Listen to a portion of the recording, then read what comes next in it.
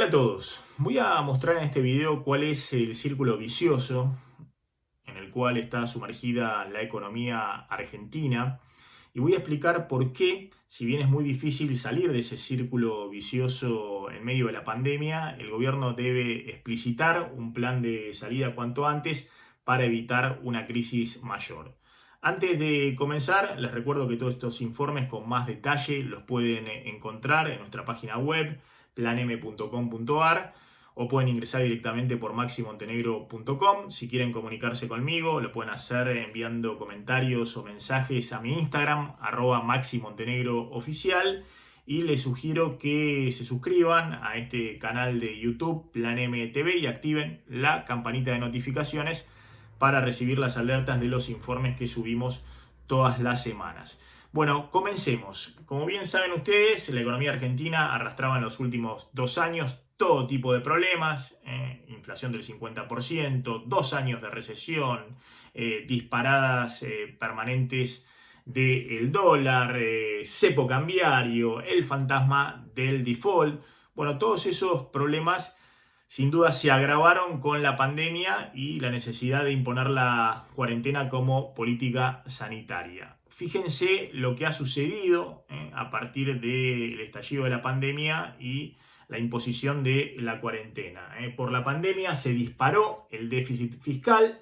se derrumbó la recaudación tributaria y al mismo tiempo aumentó fuertemente el gasto público, fundamentalmente motorizado por el gasto COVID, es decir, las políticas de compensación que tuvo que aplicar el Estado, ingreso familiar de emergencia, ATP, plan alimentario y otros, para tratar mínimamente de asistir a los sectores que se vieron obligados a cerrar sus puertas o se quedaron sin ningún tipo de ingresos como consecuencia de la cuarentena. Fíjense porque es muy impactante el gráfico que muestra la evolución de los ingresos fiscales que en términos reales, descontados la inflación, se derrumbaron. Es decir, ya desde el principio de año venían los ingresos fiscales por la recesión por debajo de la inflación y hemos llegado a los últimos 2 o 3 meses en los cuales la recaudación tributaria en términos nominales está prácticamente en los mismos niveles que el año pasado. En mayo la recaudación tributaria aumentó apenas 2%, lo mismo el año pasado, con una inflación anual respecto a mayo del año pasado del 45%, es decir, se derrumbó en términos reales la recaudación tributaria, lo que le ingresa al fisco, y el gasto público prácticamente se duplicó. El gasto público en mayo fue 97% mayor a mayo del año pasado. En el medio de esas dos líneas que se cruzan, el gasto público que se dispara por la pandemia y la cuarentena y la recaudación que en términos reales se derrumba, en el medio se genera un enorme déficit fiscal, un enorme agujero fiscal que la Argentina, como está en un virtual default en medio de la renegociación de la deuda, no tiene financiamiento. La única forma que tiene de cubrir ese déficit fiscal, es decir, de financiar el gasto público, es con la emisión monetaria. Y ha habido, como vengo contando en otros videos, un tsunami de emisión monetaria. Fíjense los números. En marzo se emitieron 200.000 millones de pesos, en abril 310.000 millones de pesos, en mayo 430.000 millones de pesos y en junio, los últimos datos que tenemos, pero no está completo el mes, provisoriamente tenemos registrado 200.000 millones de pesos más de emisión monetaria. Eso genera que en apenas 4 meses, aunque no está completo, insisto, el mes de junio, el Banco Central imprimió billetitos para transferírselos al Tesoro para que pague sus cuentas por, escuchen el dato, 1.145.000 millones de pesos. Repito, 1.145.000 millones de pesos. Bueno, nosotros venimos contando que esa es una situación totalmente insostenible. De hecho, lo hemos dicho varias veces, el ministro Guzmán hace un mes le presentó en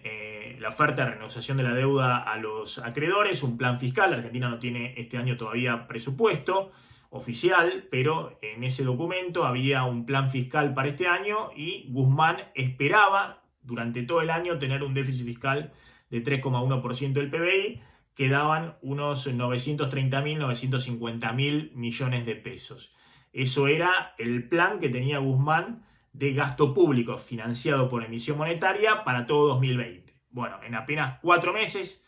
entre marzo y junio, ya se superó holgadamente esa meta que había puesto Guzmán. Como les decía, ya se emitieron para cubrir el bache fiscal más de 1.100.000 millones de pesos. Bueno, esa situación genera a su vez la otra pata,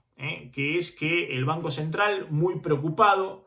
porque no se desborde la situación financiera, es decir, que esa mega emisión no genere todavía más desconfianza, porque hay una montaña de pesos y cada vez menos dólares en el Banco Central, que esa mega emisión no genere a su vez una corrida como hubo en abril y parte de mayo de los depositantes al dólar y de aquellos que están fuera del sistema financiero también al dólar, corriendo sobre los dólares alternativos y disparando las brechas cambiarias, el dólar paralelo cerca de los 130 pesos, los dólares alternativos que en algún momento también amenazaron seguir muy de cerca a ese dólar paralelo. Bueno, muy preocupado el Banco Central por evitar esa situación, que ese desborde de emisión se traslade a su vez en que todos los excedentes en pesos dentro y fuera del sistema financiero busquen algún canal para correr al dólar y protegerse en moneda dura, dolarizarse. El Banco Central viene con una política a su vez muy conservadora, tratando de compensar la mega emisión monetaria que está haciendo para financiar el gasto COVID y la financiación del Tesoro. Y esa política tiene que ver con que en el último mes y medio, en los últimos 2 meses prácticamente, emitió casi, escuchen este dato, 700.000 millones de pesos de LELIQs.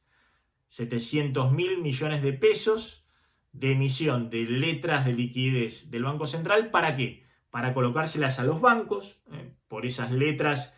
el Banco Central le paga a los bancos 38% de tasa de interés, los bancos le dan los pesos que tienen excedentes y de esa manera los bancos pueden pagarle a los depositantes para que no corran al dólar tasas mínimas del 30%. Es decir, es una especie de calecita financiera. El Tesoro financia al Banco Central, el Banco Central muy preocupado porque le habían empezado a correr los depositantes en pesos al dólar, porque los bancos tenían una gran cantidad de pesos y no estaban dispuestos a pagar tasas más altas a los depositantes para retenerlos y habían derrumbado las tasas de interés incluso por debajo del 20% anual, con una inflación del 45%. La tasa para depósitos de más de 1 millón de pesos estaba en 16, 17%. Bueno, esos depositantes en abril empezaron a dolarizar efectivamente sus ahorros, disparando las brechas cambiarias. Bueno, ante esa situación, cuando el Banco Central se da cuenta, sobre todo en los últimos 2 meses, que hace una mega emisión para financiar el Tesoro de manera directa, al mismo tiempo lo que tiene que hacer es una mega emisión de LELIQs para pagarle 38% a los bancos, que a su vez le pagan la tasa mínima del 30% a los depositantes para que no corran al dólar. Y efectivamente, esa situación de récord de LELIQs, hoy estamos en un stock de LELIQs que llega a más de 2.280.000 millones de pesos, es decir, hay un récord absoluto de el stock de letras de liquidez del Banco Central colocadas a los bancos. Para que se den una idea, prácticamente el doble de las LELIQs que había a principio de año. Bueno, esa situación permite que los bancos le paguen una tasa de interés más alta para retener a los depositantes y no corran al dólar, y esa situación efectivamente ha hecho que, sobre todo a partir de mayo y sobre todo en junio, con el cepo al dólar, a fines de junio el super cepo al dólar para cerrar la salida de dólares, fundamentalmente la demanda de dólares de importadores al tipo de cambio oficial, más la tasa de interés del 30% para los depositantes, generó que en el último mes y medio haya una recuperación fuerte de los depósitos y eso tranquilizara de alguna manera la situación cambiaria. Pero es una situación muy precaria porque a su vez, si el Banco Central le está colocando una cantidad récord del LELIQs a los bancos, pagándoles 38% para que los bancos le paguen a los depositantes una tasa mínima del 30%, bueno, todo el excedente de pesos que los bancos tenían supuestamente para prestar al sector privado, ahora se lo están prestando al Banco Central y no hay forma de que se recupere el crédito bancario a las empresas, a las familias, en esta lógica y en esta calecita financiera. De hecho, fíjense los últimos datos de crédito al sector privado que tenemos. El crédito venía en un derrumbe absoluto en los últimos 2 años, una caída de más del 40% en términos reales del crédito al sector privado, básicamente porque si había una corrida muy fuerte en el sistema financiero, los bancos no tenían margen para prestarle al sector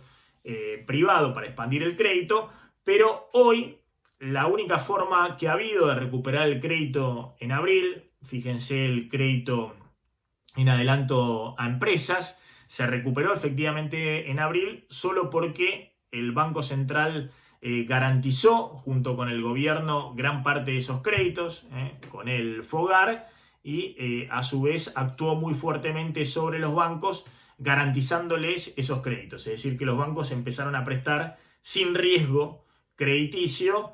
parte del excedente de pesos que tenían en abril. Pero ya se ve que en mayo esa recuperación del crédito que había ocurrido en abril al inicio de la pandemia empezó a languidecer, empezó a aflojar. Y básicamente eso tiene que ver con que hoy, a diferencia de lo que pasaba a principio de la pandemia, el Banco Central le está quitando todos los pesos que tienen excedentes los bancos, pagándoles 38%, y los bancos no tienen nuevamente ningún incentivo para prestar al sector privado.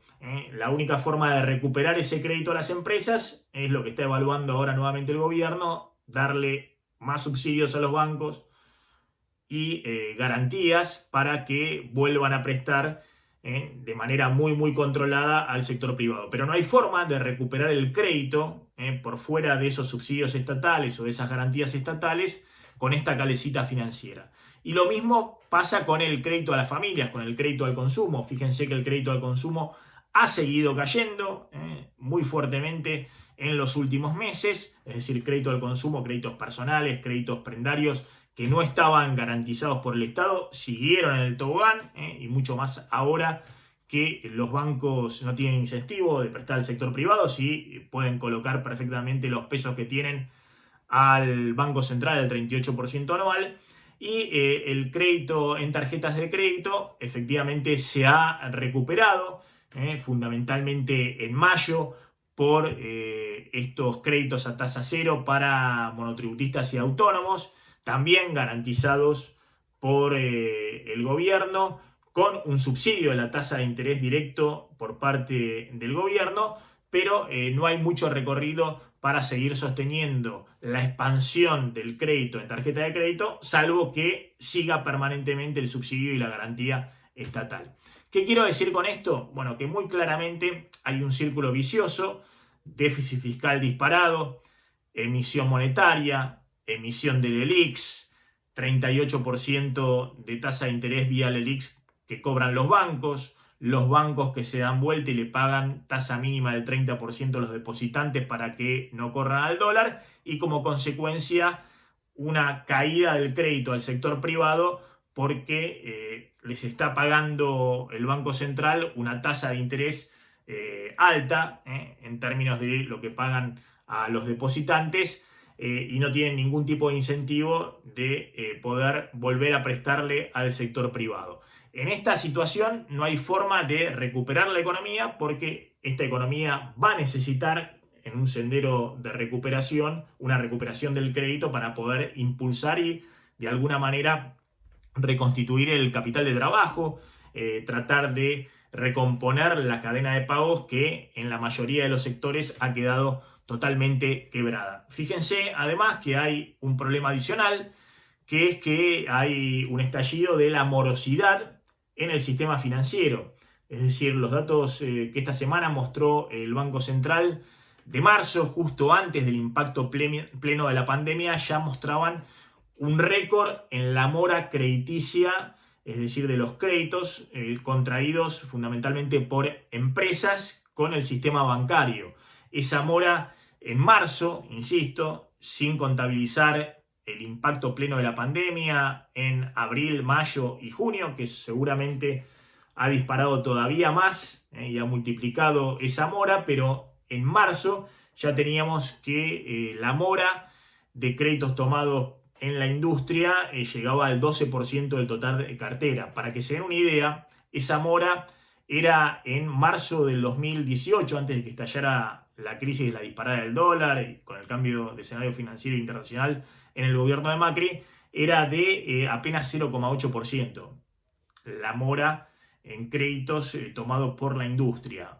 En marzo, antes del inicio de la cuarentena, estaba en el 12%. Lo mismo en el comercio, otro de los sectores muy golpeados por la crisis actual. Actualmente en marzo, antes de la cuarentena, estaba en una mora ya de 10% del total de cartera, cuando hace 2 años esa mora no llegaba al 1% de la cartera. Y lo mismo en la construcción, donde la mora crediticia llega hoy casi al 11%, insisto, es dato de marzo, antes de la cuarentena, cuando era apenas del 1,9% hace 2 años. Es decir, se disparó la mora crediticia, hay un aumento muy fuerte de la irregularidad de la cartera de los bancos, que seguramente se ha agravado en la cuarentena, ¿no? En los últimos meses, con el impacto pleno de la pandemia y el quiebre de la cadena de pagos a partir de que hay sectores que han tenido directamente facturación cero. Bueno, no hay forma de recuperar esa situación si no se recupera el crédito al sector privado. Y no hay forma de recuperar el crédito al sector privado si la Argentina no sale rápido de este círculo vicioso, que obviamente tiene como inicio de todo la disparada del déficit fiscal que ha generado la pandemia. Por eso digo, es muy difícil salir de esta situación en medio de la pandemia. De hecho, el gobierno ha anunciado que se prolonga al menos 2 semanas en el área metropolitana la cuarentena con restricciones adicionales, es decir, una cuarentena aún más dura. Obviamente no hay forma de que el gobierno saque el pie del acelerador en la emisión monetaria, como trató en algún momento de hacerlo en las últimas semanas, levantando, recortando los ATP o recortando el ingreso familiar de emergencia, aunque efectivamente está tratando de focalizarlo en el área metropolitana, en Chaco y en alguna otra provincia más golpeada por los contagios de coronavirus. Es decir, en el margen está tratando de focalizar toda la ayuda estatal en el área metropolitana. Lo mismo con los ATP, que se van a pagar hasta 2 salarios mínimos, el 50% del sueldo pagado por el Estado, hasta 2 salarios mínimos en el área metropolitana, y en el resto del país, donde ya han empezado a flexibilizarse actividades, hasta 1 salario mínimo. Pero evidentemente es muy difícil achicar ese déficit fiscal cuando vos tenés todavía el área metropolitana en una cuarentena dura, y probablemente esto se extienda con mayor o menor flexibilidad durante los 2 próximos meses, en julio y en agosto. Ahora bien, no hay forma de que la economía se recupere dentro de este círculo vicioso, y existe el riesgo grande de que en cualquier momento se vuelva a disparar una corrida al dólar o se genere la posibilidad de una crisis mayor con una devaluación desordenada. Por eso es fundamental que el gobierno muestre cuál va a ser el plan de salida. Obviamente hay un punto de inflexión en cómo salga la renegociación de la deuda. El gobierno necesita, no tiene prácticamente margen para que Argentina caiga en un default abierto. Si eso ocurriera en el próximo mes, obviamente se agravarían todas las expectativas de devaluación, volverían a correr fuertemente más allá de la tasa de interés del 30%, los depositantes en pesos al dólar, volvería a agudizarse y acelerarse la salida de depósitos en dólares a cajas de seguridad o al colchón, y obviamente el gobierno tendría que endurecer aún más el cepo, y aún en esa situación se dispararían los dólares alternativos, el dólar paralelo, el dólar bolsa, el dólar contado con liquidación, y eso generaría tarde o temprano una devaluación desordenada o una disparada adicional del tipo de cambio oficial. El gobierno necesita evitar ese escenario de crisis mayor, es decir, de crisis total. Para eso necesita cerrar una renegociación exitosa de la deuda con los acreedores privados, mostrando que la Argentina tiene encaminada esa situación y no cae en un default abierto con los acreedores. Pero después también necesita explicitar a partir de ahí lo que les decía, un plan de salida, es decir, un plan fiscal y monetario, mostrando que esta situación de estallido y de disparada del déficit fiscal financiado con la emisión monetaria es algo transitorio, acotado al tiempo que dure la pandemia y la cuarentena, y que el objetivo de corto plazo, apenas se pueda ir saliendo de la cuarentena, es ir levantando las asistencias que han disparado el gasto público para achicar el déficit fiscal, reducir la emisión monetaria y de alguna manera tratar de encarrilar una economía que está totalmente desequilibrada. Espero que les haya servido este video. Les recuerdo, suscríbanse, Plan MTV, activen la campanita de notificaciones si les interesa recibir las alertas de los videos que subimos todas las semanas. Chao, gracias.